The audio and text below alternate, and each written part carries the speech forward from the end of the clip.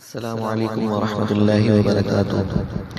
حضرت کعب رضی اللہ تعالی عنہ فرماتے ہیں کہ چند کلمات اگر میں نہ کہتا تو یہودی مجھے جادو کے زور سے گدھا بنا دیتے۔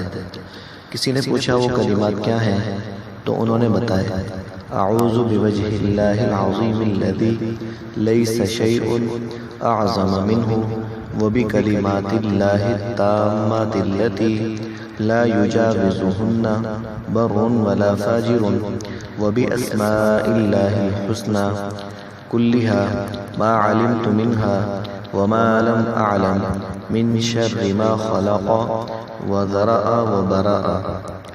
حضرت امام مالک نے بھی اس کو روایت کیا ہے۔